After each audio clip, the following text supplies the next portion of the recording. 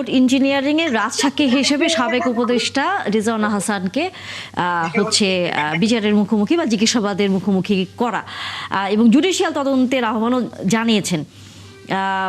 কেন তাকে আপনারা হচ্ছে রাজসাক্ষী হতে বলছেন এবং জুডিশিয়াল তদন্তের জন্য তা আপনারা বলছেন? আমি কি এখন বলবো? জি, না অবশ্যই। সেটা ধন্যবাদ। আসলে justice not only be done, it must seem to be done. এখানে আপনি যখন কোনো দায়িত্বে পালন করবেন বা কোয়াসি জুডিশিয়াল দায়িত্বে বসবেন, তখন কিন্তু শুধু আপনি সুবিচার করছেন এটা আপনার কাগজ কলমে প্রকাশ হলে হবে না, আপনাকে আপনার বডি ল্যাঙ্গুয়েজ, আপনার আচরণ, আপনার সব কিছুতে এটা প্রকাশ হতে হবে। এখানে এই জিনিসটা উনি মনে হয় একটা টিভি চ্যানেলকে, যেটা আমি দেখেছি বা দেখার সুযোগ হয়েছে, সেখানে উনি একটা পর্যায়ে তখন বলছেন হঠাৎ করে যে আমরা যারা সমাজের এই সফিস্টিকেটেড এই পোর্শনটুকুকে আমরা প্রিভিলেজ করতে দেইনি বা তাদের উপর তাদেরকে আমরা সামনে আসতে দেইনি, শব্দটা ঠিক শব্দটা আমার ঠিক মনে পড়ছে না, মেইনস্ট্রিম, হ্যাঁ মেইনস্ট্রিমে আসতে দেইনি এই শব্দটা, এবং এটা উনি একবার না 4 থেকে 5 বার বলেছেন। তার মানে বোঝা যাচ্ছে এটা উনি কিন্তু ভুলে বলেননি, উনি এটা স্পেসিফিক্যালি বলছেন। যখন এই শব্দটা উনি রিপিটেডলি বলছেন, তার মানে হচ্ছে উনি এটা দায়িত্ব নিয়ে বলছেন, এবং এই সব যখন এটা বলছেন তার মানে এটা ওনার ইন্টেনশনটা কি ছিল, উনি কি দায়িত্ব পালন করেছেন। আবার এখানে মিনি ক্যাবিনেটের ইস্যু আসতেছে, তখন সেই জন্য বেসিক্যালি এই প্রশ্নগুলো আসতেছে। কারণ এইখানে ইলেকশনের রেজাল্টটা যদি আপনি দেখেন, বিএনপি পেয়েছে প্রায় 3,73,00,000 ভোটের মতো, আর জামাত পেয়েছে প্রায় 2,43 বা 34 লক্ষ সামথিং এরকম ভোট, এবং এটা কিন্তু খুব কাছাকাছি রেশিও। এখন উনি যখন এবং প্রায় 50টা আসনে যেখানে কিন্তু ভোটের ব্যবধানে হেরেছে 2,000 থেকে 5,000 ভোটের ব্যবধানে, এইখানে এরকম যখন ডিস্টেন্সগুলো চলে আসে, তখন আসলে গভর্নমেন্টের ইন্টেনশন, গভর্নমেন্টের পেছনের গল্পগুলো আসলে যখন এইভাবে হঠাৎ করে মুখ ফসকে চলে আসে, তখন আসলে তো অবশ্যই বিরোধী দল এটার ব্যাপারে কনসার্ন রেজ করবেন। এখন কনসার্ন রেজ করার জায়গা কোথায়? দুটো। একটা হচ্ছে তারা অলরেডি মামলা করছেন, ইলেকশন ট্রাইব্যুনালে মামলা করছেন, যেটা হাইকোর্টে একটা বেঞ্চ দেওয়া হয়েছে, সেখানে মামলা অলরেডি করছেন, বেশ কয়টা মামলা হয়েছে, বিএনপিও করছে, জামাতও করছে। এবং আরেকটা আর কি পথ খোলা আছে, কারণ এখন অফিসিয়ালি ফোরাম আর নেই, যে আরেকটা ফোরাম ছিল ইলেকশন কমিশনকে লিখিত জানানো, সেটা টাইম চলে গেছে। এখন সেজন্য জুডিশিয়াল তদন্তের কথা বলছে, এবং উনি যেহেতু স্পেসিফিক্যালি অ্যাডমিট করেছেন আমরা দেইনি বারবার করে বলছেন, তার মানে হচ্ছে উনি এখানে কোনো একটা কিছু জানেন যেটা ওনার কাছে ওনার বলা উচিত, এবং তার জন্য জুডিশিয়াল তদন্তের কথা বলা হচ্ছে। আমি মনে করি একটা তদন্ত হওয়া উচিত, কারণ না হলে এই জিনিসটা, আমি রেজওয়ানা আপাকে যদিও জানি উনি একজন দায়িত্বশীল মানুষ, এবং উনি যথেষ্ট দায়িত্ব নিয়ে কথা বলেন, এবং উনি বেলার যেহেতু একজন রিপ্রেজেন্টেটিভ, এবং সবসময় দেখেছি তাকে বিভিন্ন জনস্বার্থমূলক কাজগুলো করতে। আমি মনে করি উনি একটা প্রপার এক্সপ্লেনেশন দেবেন। যদিও একটু আগে একটা এক্সপ্লেনেশন ওরা দেখছিলাম, উনি বলছেন একটা বিষয়ে প্রশ্ন করতে গিয়ে আরেকটা প্রশ্নের সাথে এটা গুলিয়ে ফেলে ওনাকে মিসলিড করা হচ্ছে। কিন্তু যদি ভিডিওটা দেখা হয়, একবার না বারবার করে দেখা হয়, তাহলে কিন্তু সেখানে কিন্তু এই গুলিয়ে ফেলার ইস্যুটা কিন্তু প্রকাশ পায় না। সেখানে প্রকাশ পায় যে ওনাদের প্ল্যানটুকু, যে প্ল্যানটুকু বেসিক্যালি, মানে আপনারা বলতে চাচ্ছেন যে নির্বাচনের ভোট ইঞ্জিনিয়ারিং এর ক্ষেত্রে প্ল্যান ওয়েতে আসলে এই কাজটা করা হয়েছে, এবং সেখানে গেল সরকারের উপদেষ্টা জড়িত, এরকম ভাবে কি আপনারা মনে করছেন?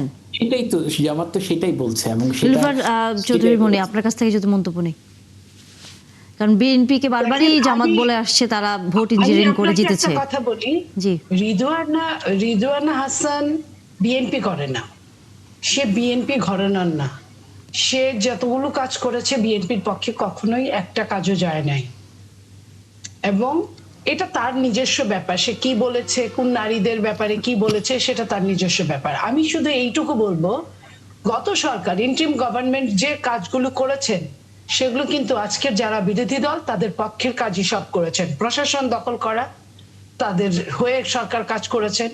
এনসিপি কে একটা জুড়ে দেওয়া, তাদের হয়ে সরকার কাজ করেছেন। এবং বিভিন্ন সময় এই যে সংস্কারের যে জিনিসগুলো মানে কঠিন আবদার বলা যায়, সরকার তাদের সব আবদারগুলো মিটিয়েছেন সময়ে অসময়ে।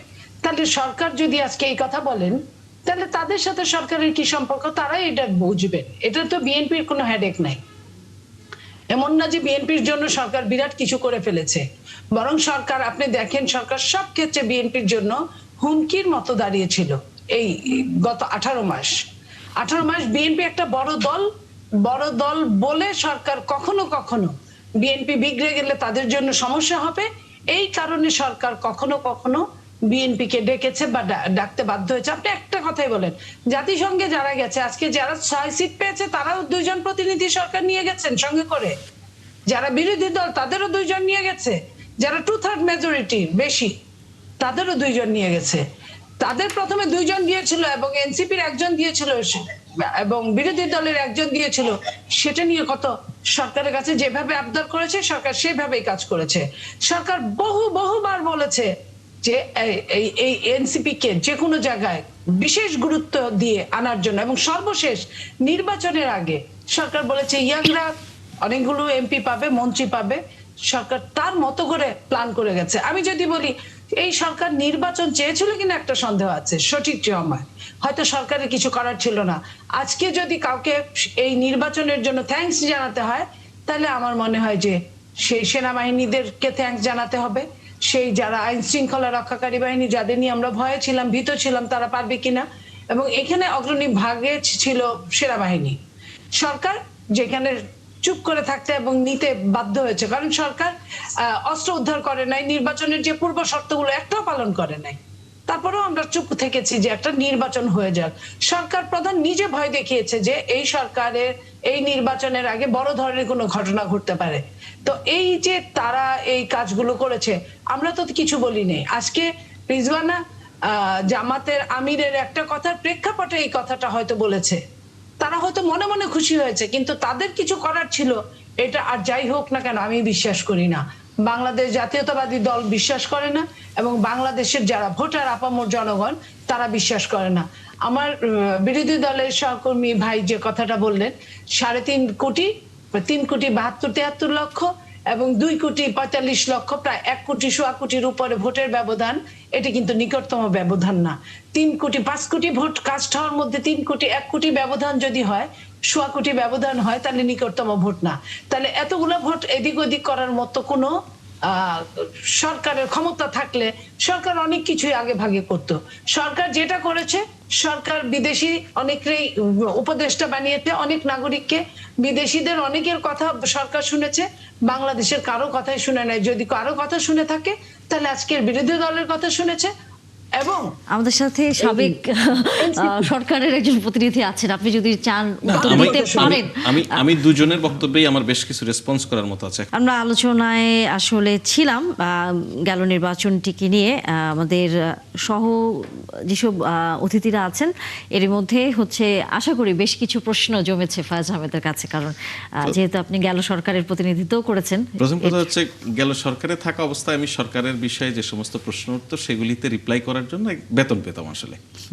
এখন হচ্ছে আমি সেই বিষয়গুলিতে রিপ্লাই করব, কিন্তু আমি বেতন পাবো না, এটা একটা দুঃখজনক। তারপরেও যেহেতু আমি একজন সংবাদকর্মী, কিছু বিষয়ে রেসপন্স করতে হয়।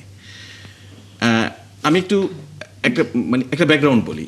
প্রথম কথা হচ্ছে, আওয়ামী লীগের দীর্ঘ শাসনামলে এখানে আমাদের far rights group, to some extent এরা একটু এক্সট্রিমিস্ট টাইপ, এই গ্রুপটাকে যেইভাবে সোসাইটিতে ডিল করা উচিত ছিল, পলিটিক্যালি ডিল করা উচিত ছিল, কালচারালি ডিল করা উচিত ছিল, সেইটা করেনি আওয়ামী লীগ সরকার। না করে কি করেছে, তাদেরকে নানানভাবে গুম, খুন, হত্যা, নানান নিপীড়নের মধ্য দিয়ে মনে করেছে যে এই জিনিসটা দমিয়ে রাখা যায়, বা তখন গ্লোবাল ওয়ার অ্যান্ড টেরর পলিসির কারণে আওয়ামী লীগ এটা থেকে অ্যাডভান্টেজ নেওয়ার চেষ্টা করেছে।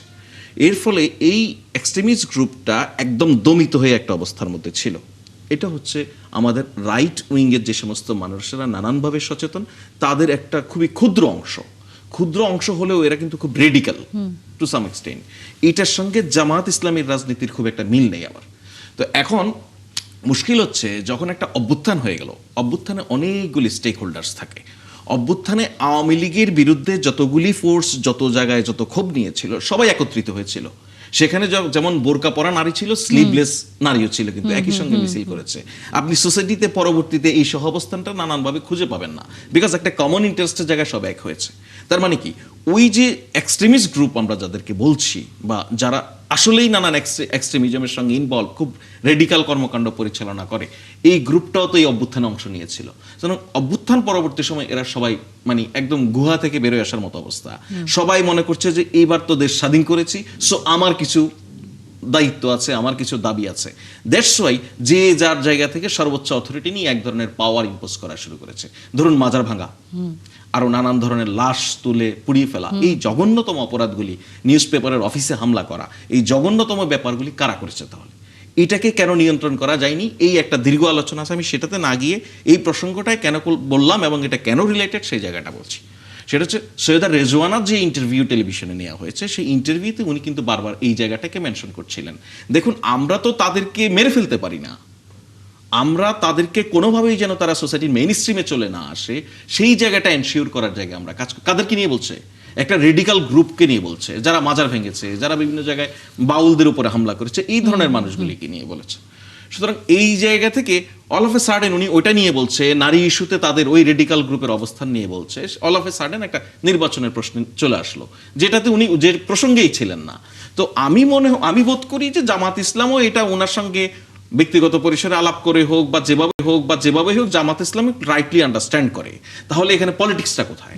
পলিটিক্সটা হচ্ছে, দেখুন, অনেকগুলি মিথ তৈরি হয়, এই মিথ দিয়ে দীর্ঘ রাজনৈতিক বেনিফিট পাওয়ার একটা সুযোগ আছে। কিন্তু জামাত ইসলামের কাছে একটা কার্ড হিসেবে এটা সামনে এসেছে, যেটা নিয়ে এখন কিছুদিন কথা বললে এটা ভবিষ্যতে আরো 2 মাস 3 মাস 6 মাস পর এই আলাপটা যখন করবে তখন অনেকটা এস্টাবলিশড হয়ে যাবে, মনে হচ্ছে আসলে একটা ইলেকশন ইঞ্জিনিয়ারিং বুঝি হয়েছে।